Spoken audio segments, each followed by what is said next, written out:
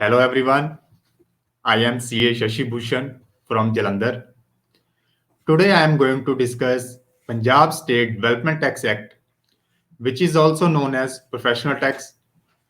We learn very good topic from this CA Sansar YouTube channel. Great efforts done by CA Vivek Khurana ji. Today this professional topic is very important because Punjab Excise Department or State GST Department had issued notices on the basis of GST number. So today we are going to discuss in detail about this professional tax. I am thankful to CA Sansar for providing this wonderful platform to share our knowledge and help the members to enlighten about this topic. This act was introduced in 2018 and it is applicable from 2018-19 onwards. Means 3 साल हो चुके हैं. पहले ये लग रहा था कि कराएं या ना कराएं, but now notices are coming, so recovery procedure has been started and its compliance is very important. So let's discuss this act in detail in few minutes. We will also discuss how to reply notices. जो notices आ रहे हैं उनका कैसे reply करना है, कौन कौन से केसेस में एग्जम्प्ट है, एंड जो मेंबर्स की क्वेरीज भी कुछ हैं वो भी हम लेंगे. So let's start this PPT. I have summarized this act in question answer forms. So first question is, who is liable to pay development tax? So किस किस को लगेगा अगर आप पंजाब में बिजनेस कर रहे हो और आपका ऑफिस पंजाब में है तो आप पर यह टैक्स लगेगा, चाहे आपका हेड ऑफिस किसी दूसरे स्टेट में हो, महाराष्ट्र में हो, किसी दूसरे स्टेट में हो, या आपका पैन या आपका जो मेन एड्रेस है दूसरे स्टेट का हो. But if you are doing business in Punjab state, then this tax will be applicable on you. Every employee or person doing business or profession in Punjab is liable to development tax if taxable income is above maximum exemption limit.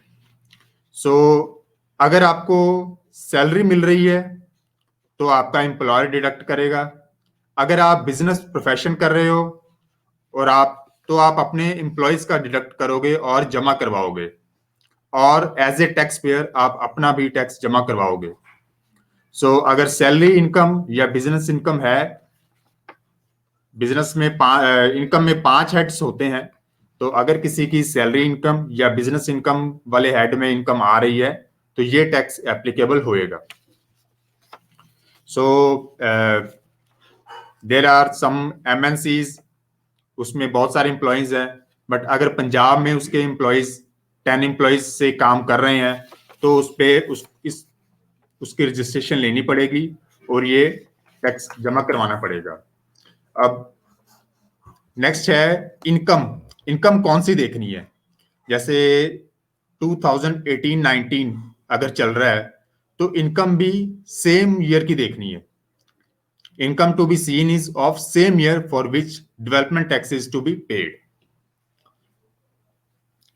अभी ये question arise होता है कि अभी अगर start हुआ है अप्रैल, मान लो कोई ईयर स्टार्ट हुआ है और अप्रैल में ही हमने टैक्स जमा कराना है, तो हमें कैसे पता लगेगा कि उस साल में किसी एम्प्लॉय की इनकम 2.5 लाख से ऊपर होगी या कम होगी. तो उसका आंसर यही है कि हम तो ये TDS पर्पस के लिए भी चेक करते हैं.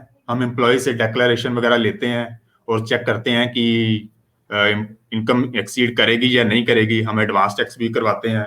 तो एस्टिमेट बेस पे हमें ये पहले ही डिसाइड करना पड़ेगा कि इस साल हमारी इनकम 2.5 लाख में से ज्यादा कवर होगी या नहीं होगी, और उसके अकॉर्डिंग हमें करवाना पड़ेगा.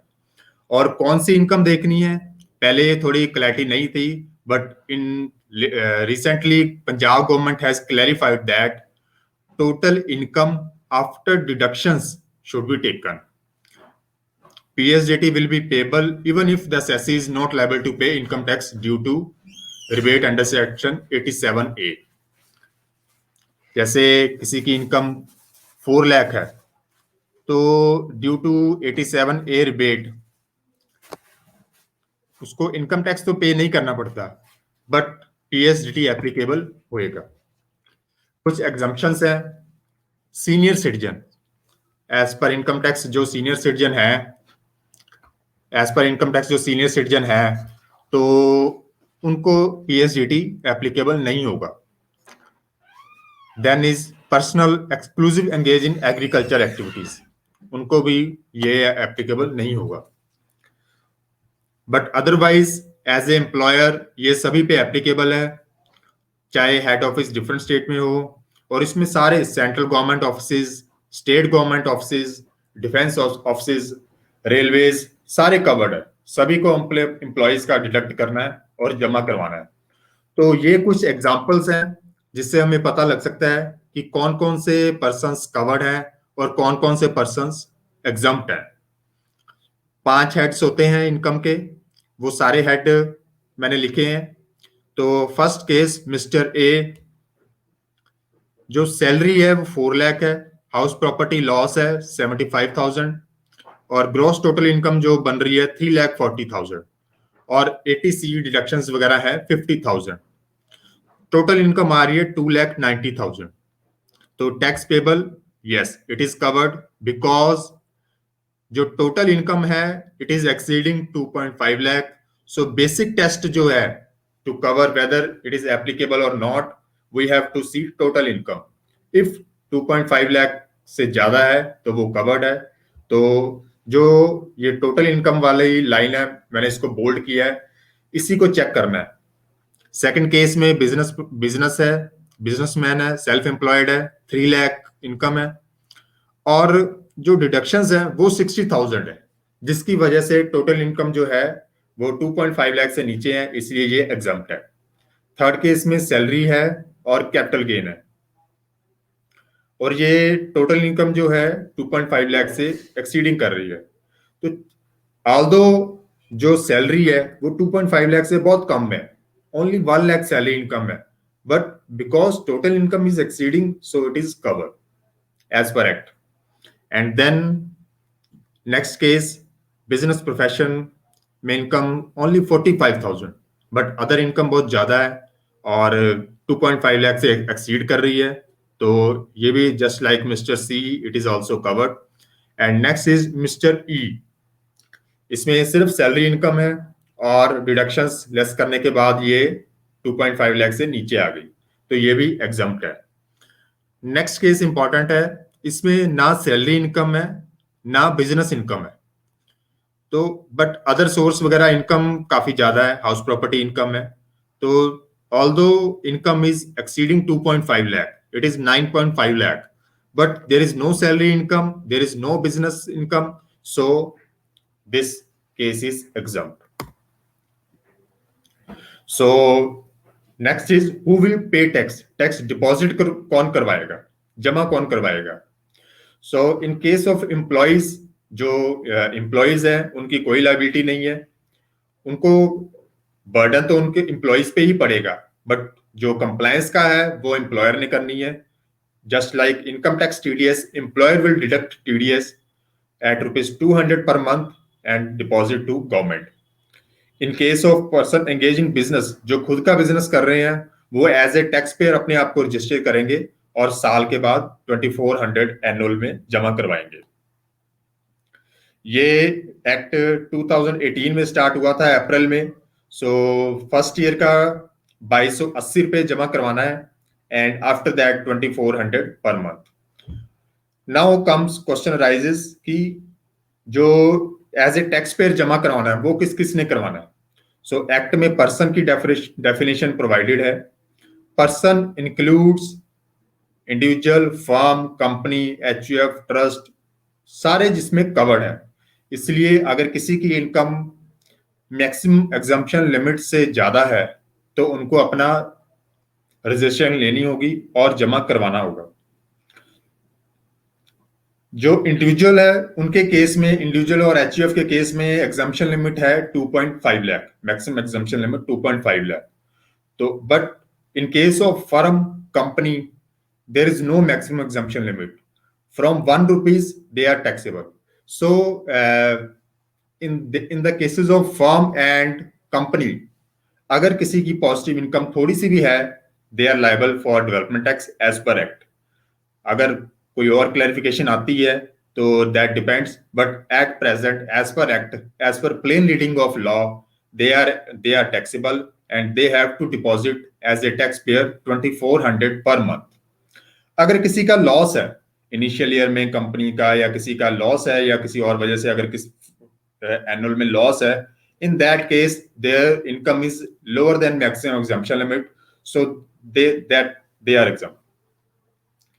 पार्टनर्स, अब फर्म ने पार्टनर्स का जमा करवाना है कि नहीं करवाना, तो partners are not employees, so firm ने पार्टनर्स का डिडक्ट नहीं करना, तो पार्टनर अपने लेवल पे एज ए टैक्स पेयर अपनी रजिस्ट्रेशन करवाएंगे if they are covered. Firm को पार्टनर्स का नहीं करवाना. डायरेक्टर्स अगर सैलरी ले रहे हैं then they are covered as per normal employees, and if they are not taking salary then they have to register.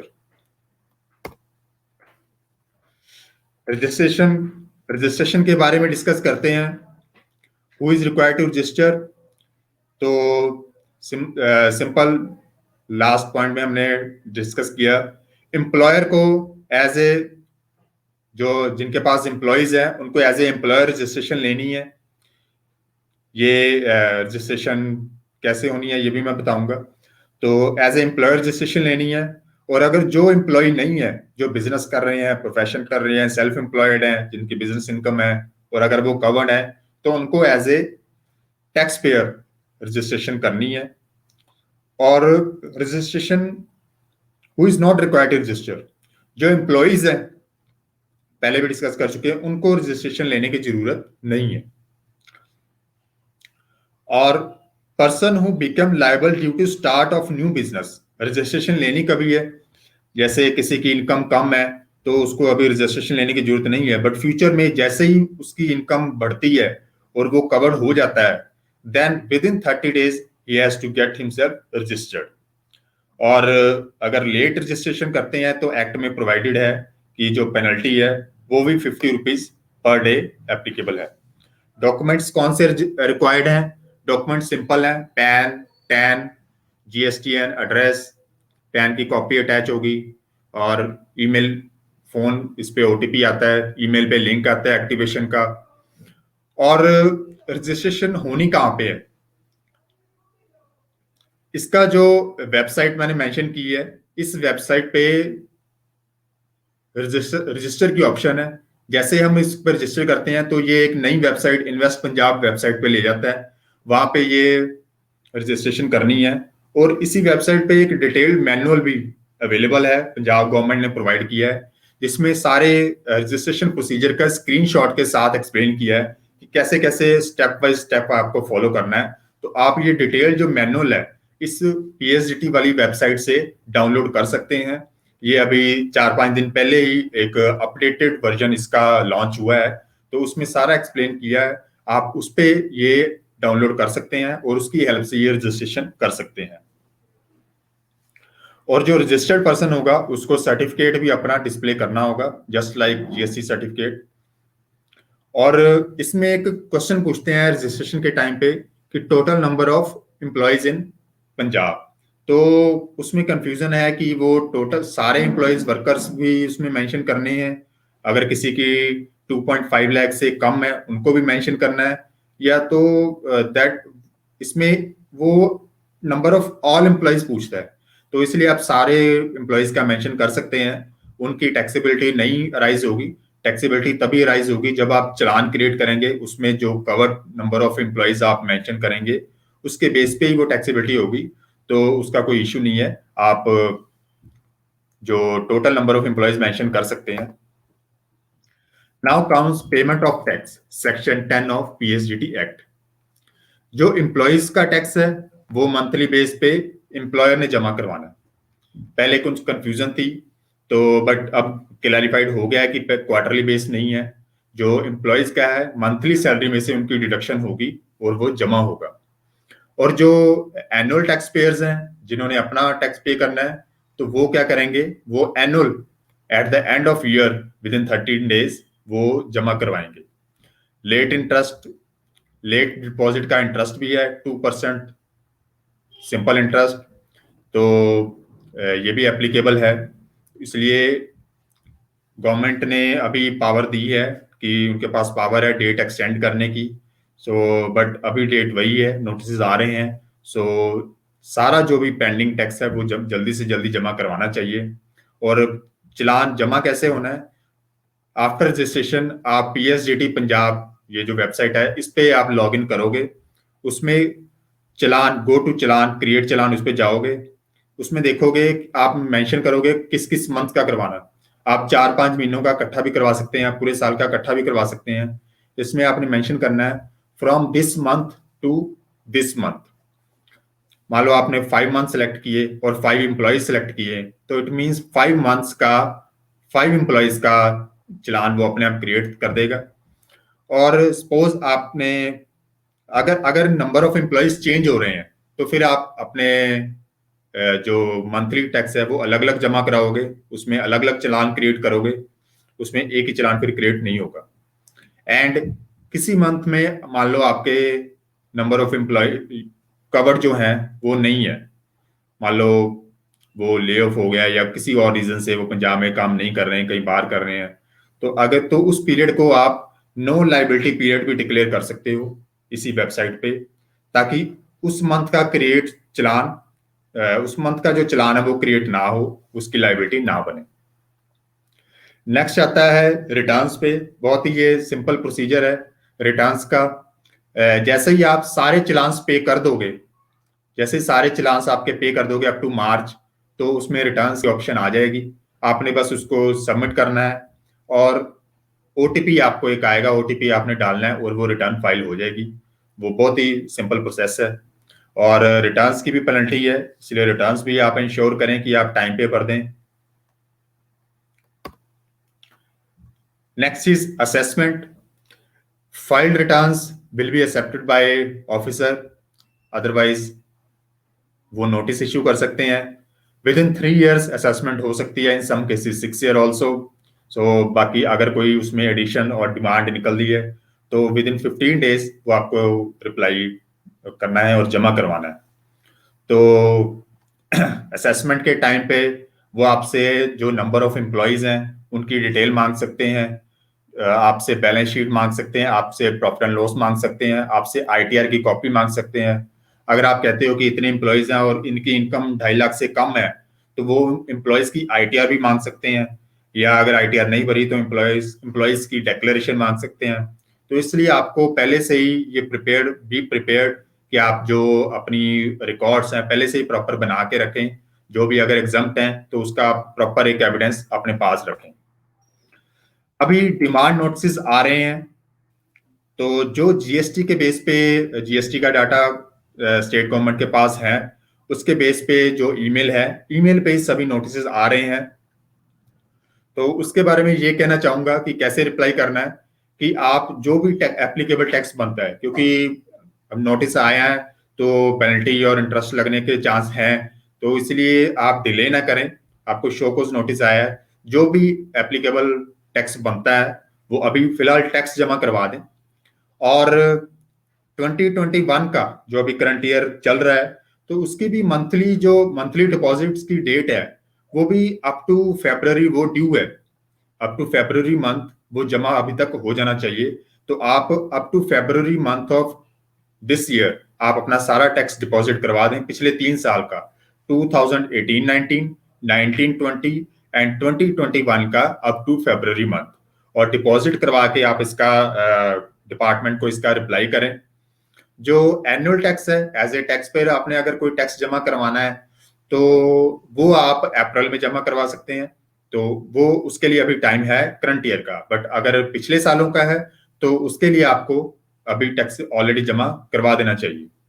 अगर कोई आपके एम्प्लॉय नहीं है, कईयों को कई पार्टीज को नोटिस आ रहे हैं बट उनके पास कोई एम्प्लॉय नहीं है, तो आप उसमें मेंशन करें कि हमारे पास कोई भी एम्प्लॉय नहीं है, या एम्प्लॉयज हैं बट उनकी जो सैलरी है, उनकी जो इनकम है that is less than 2.5 lakh.